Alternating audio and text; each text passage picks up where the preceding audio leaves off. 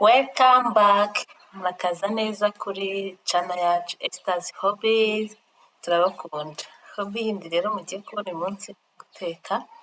Uyu munsi tugiye guteka amagi atetse mu buryo budasanzwe uzi, atetse ku mwuka rwose kandi aryoshye, nta mavuta utayashyize mu mazi, mbese akaba afite za ntungamubiri zose ziri mu magi. Murabona rero nabanje ngira amagi 8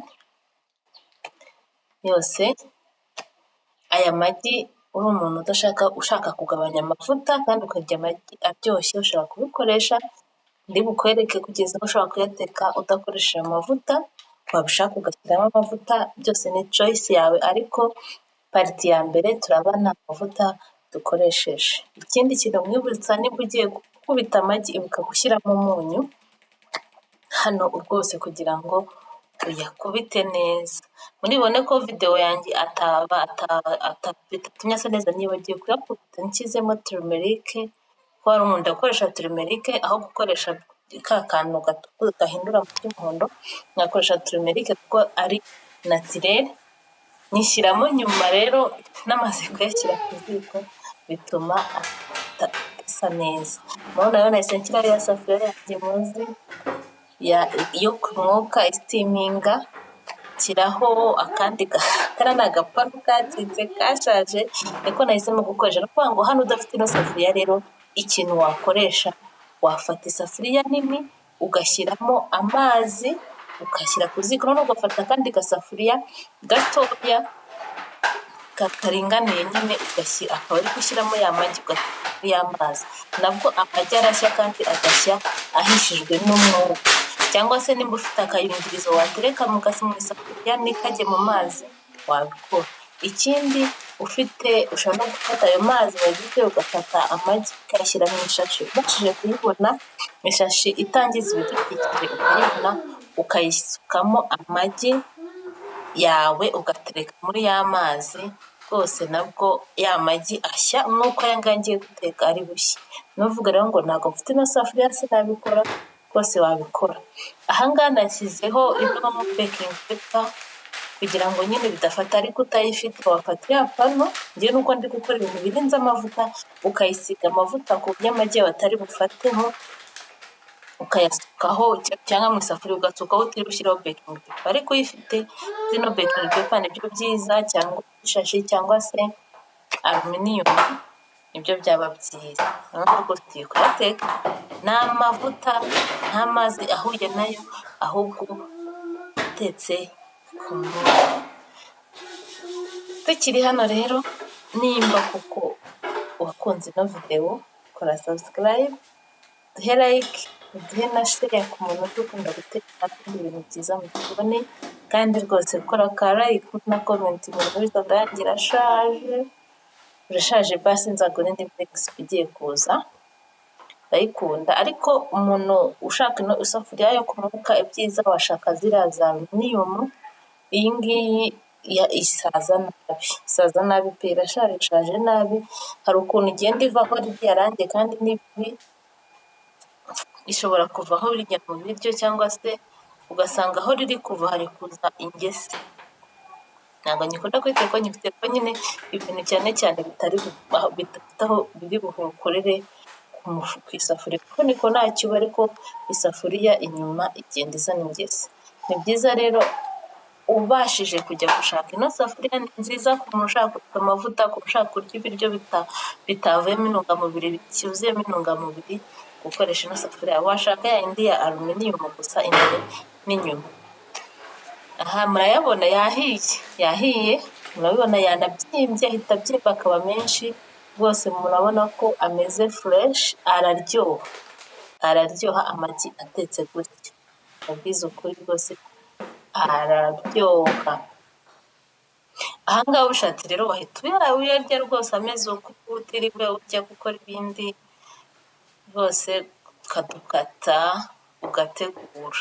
Abantu bavuga rero ngo kubona amaproteine biragoye, inyama zarahenze. Inyama z'inka zarahenze, ariko iz'inkoko ntabwo zihenda. Ariko nanone ushobora gukoresha amagi biroroshye kuyabona. Ushobora kuba wifitiye igikoni cyo hanze utagikoresha, abantu benshi basigaye batagiteka mu gikoni, rwose ugashyiramo inkoko ebyiri eshatu, n'ibiryo byazo ntabwo biguhenda, uziha bya bindi byo mu rugo, bya bindi byagiye bisigara, ibyo wakuye mu mazi wogesha isahani, ntabwo bigora kubona amagi. Uko nguko rero ndi kudukata ni ukuduha forume, ushobora kudukata kuriya nyine ukadutegurira abantu ku meza, abantu rwose mujya mwakira abantu batarya inyama, mukabura ikintu mubakiriza, ushobora kubahindurira ukabakorera tuno tuntu. Ngiye no kukwereka ubundi ukuntu wadukora tukaba presentabule rwose, abantu bakibaza se tuno duki.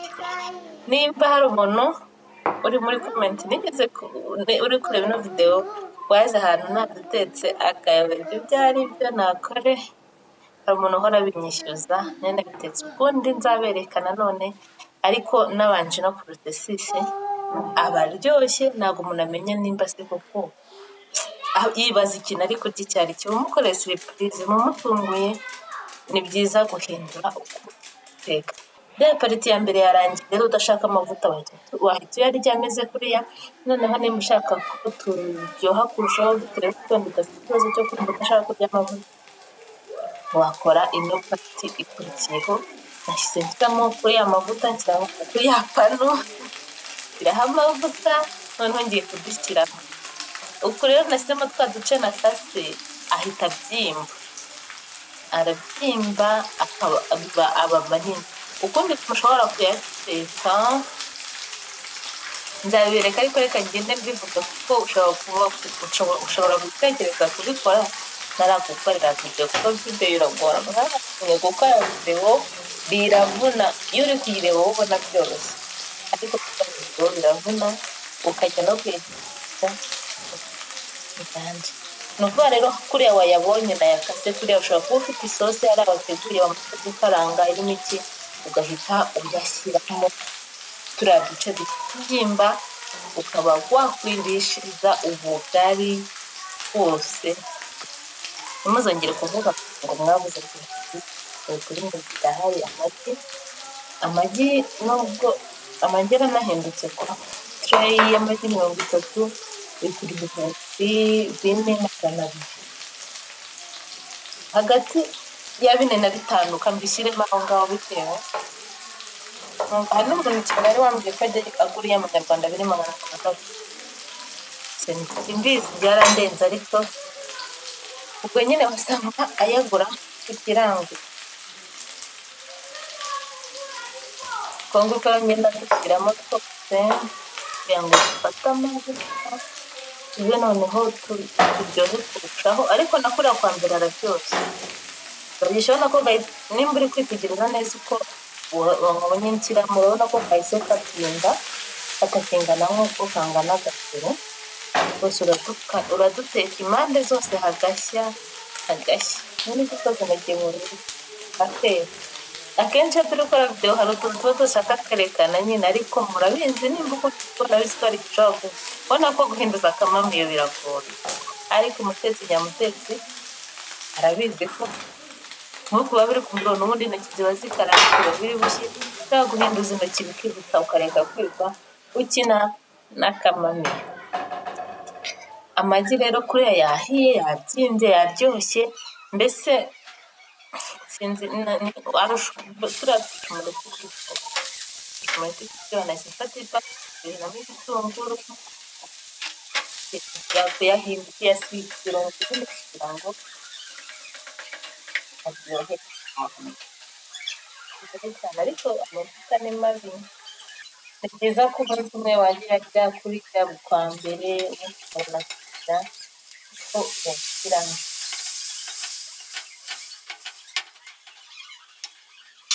Nashyizemo inyanya ziseye, ni byiza guhorana inyanya ziseye mufite firigo, biba byoroshye. nimba utayifite wajya uzirapfa, ziba ari nziza kuruta gukoresha inyanya zidasimbura ibiryo bimwe na bimwe. Hari ubona ko n'ubwo gukoresha inyanya ziseye, nazibona ko agasosi gahita kamera fureshi.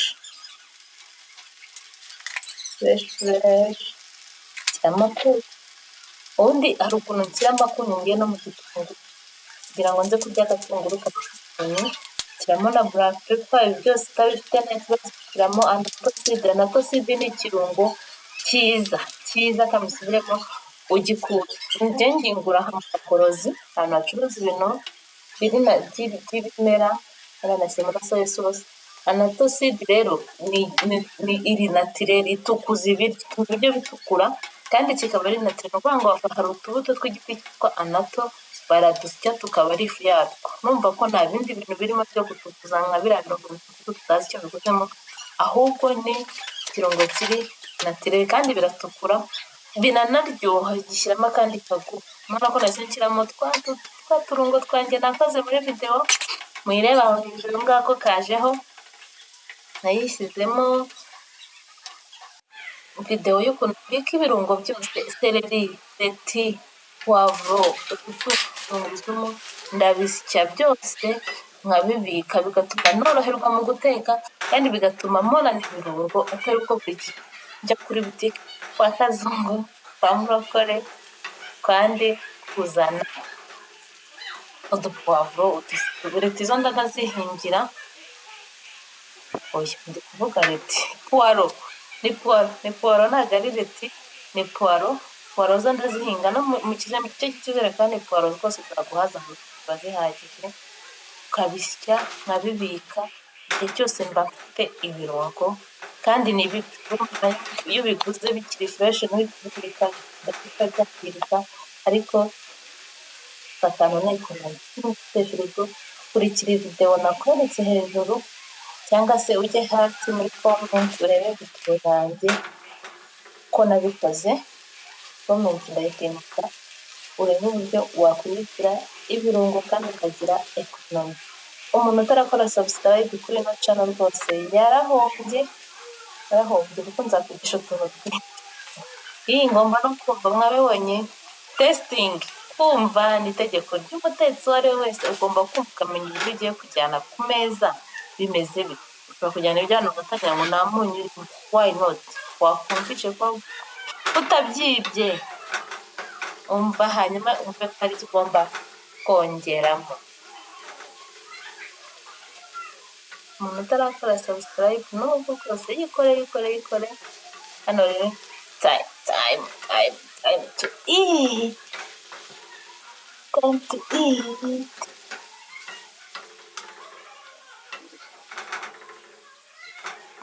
Reba ukuntu bisa, birahumura. Hariya sinaberetse nshyiramo agapuwaro, urabona nubwo nyine nashyizemo uturungo twa puwaro, ntabwo ukuntu mudufata.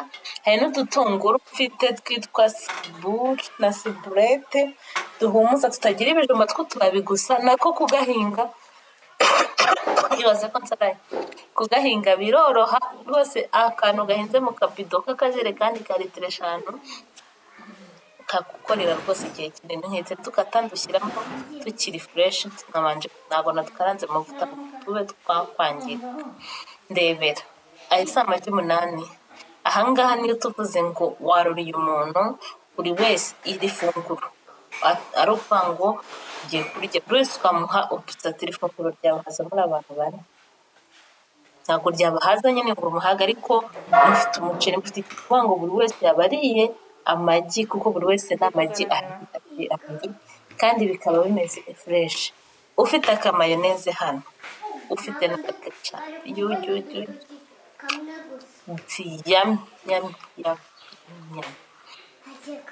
araryoshye rero.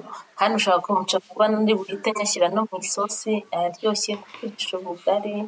Ifunguro rya mu gitondo ushobora kuyafata gutya muri na babiri, mukisongera ubugari, mukirishiriza ubugari. Ciao rero, naho utaha. Kora share, subscribe mu yindi videwo, uzibonera uburyo wateka ibintu biryoshye.